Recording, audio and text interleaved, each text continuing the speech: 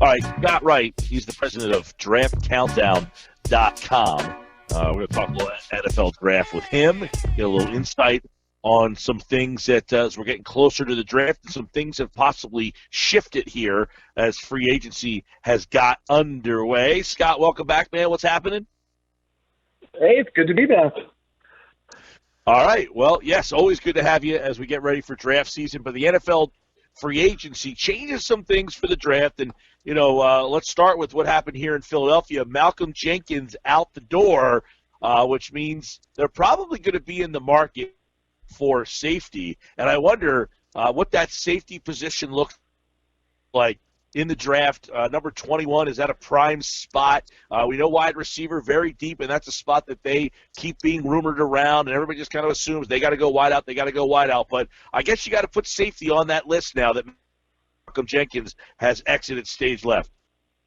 Yeah, absolutely. And they crossed out the need at cornerback, kind of, although I still think they could be in the market for a cover guy at some point. But now safety's on the table. And the top of the safety class isn't great. The guy who was supposed to be the top dog, Grant Delpit from LSU, did not have a very good final season in college, and his stock is dropping to the point where he might not even be a first-round pick. But if he falls out of the first round, I think he can be a great value for someone.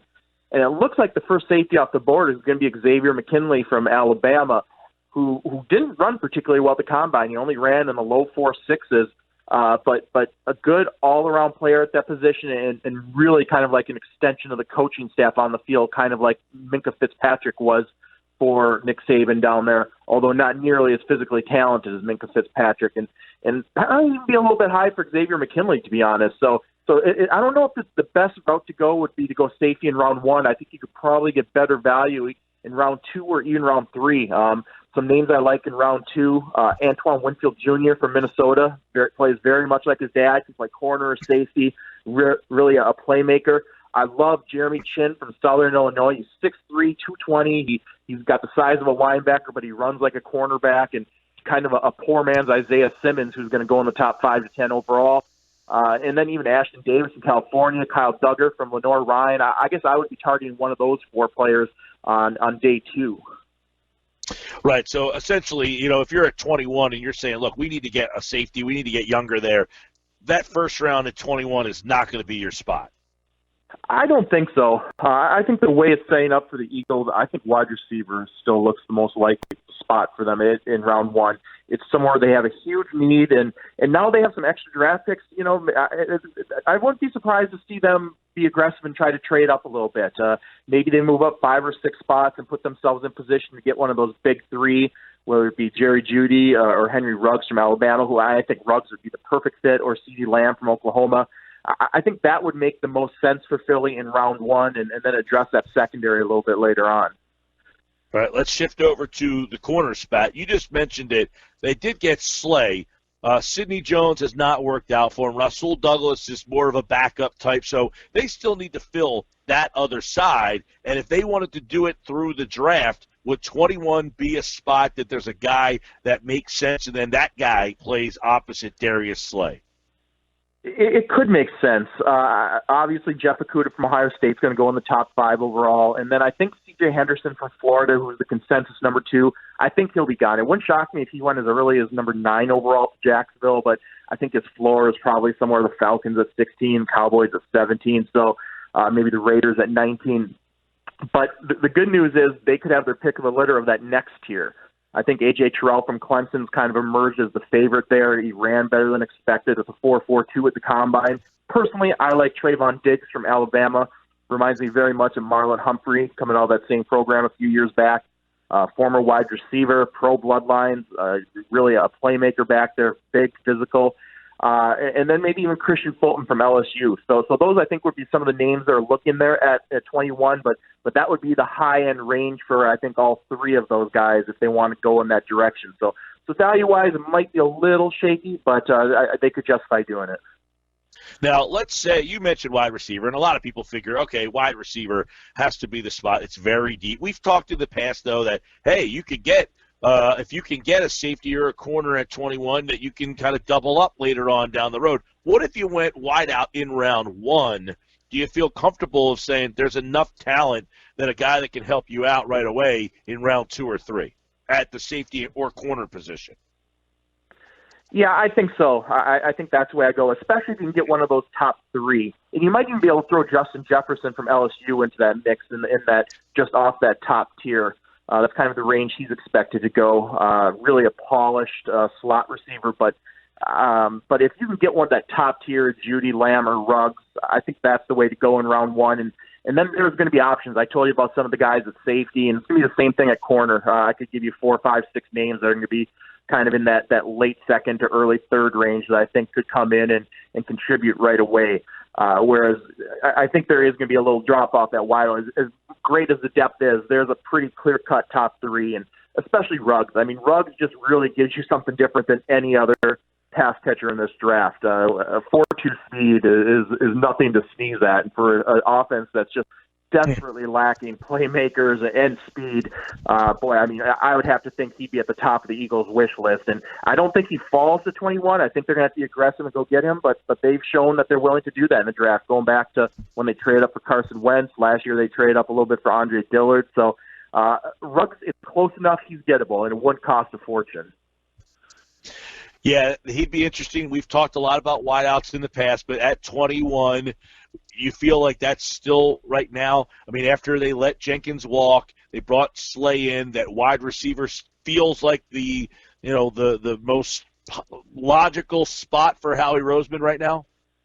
I think so. I think the alternative would be the safety, if they could have their pick the litter at safety and could maybe bring in Xavier McKinney from Alabama if they like him. But they just have such a desperate need at wide receiver. I honestly think they could justify double dipping at that position. And even if they go wide out in round 1, I still think they could use another early pick on the position to add some more depth. They just need playmakers on offense to open things up. So yeah, I think those are the options. I think wide receiver or McKinley would be the alternative. All right. I know that like linebacker has become like a dinosaur-esque position, and not to suggest that the Eagles would be thinking about one at 21, although they have a need for linebacker. How are the linebackers? Anybody in this draft that you are intrigued by that was, that you say, hey, if you can get your hands, and I know Simmons is going to be probably, a top 5 pick, but anybody else that you're like, hey, this guy's going to be in your area or round 2 or 3, if you can get your hands on him, you're going to get something. Yeah, absolutely. And there's definitely some intriguing linebackers in this class, especially outside linebackers. And as you said, I mean, Philly could use help at that position. We probably could have made that argument for the last 3, 4, 5 years. That's big something they just don't value, though, right? It's not something they're known for spending big resources on. They have this finite size pie, and they just don't want to give a big slice to linebackers. If they were so inclined in round 1, as you said, Isaiah Simmons would be long gone, but I think Kenneth Murray from Oklahoma and Patrick Queen from LSU are both going to come off the board in that second half in round 1, and would be good value there, and certainly give them a playmaker that they haven't had that position in quite a while. But especially if they want to go outside, there's going to be really good depth. And a couple of guys that I like a little bit later on, maybe in round 3, round 4, Akeem Davis-Gaither from Appalachian State. Another one who's kind of a poor man's Isaiah Simmons in that he's 6'1", plus he's 225 pounds, but he runs really well. Down at the Senior Bowl, he was running downfield with cornerbacks in coverage.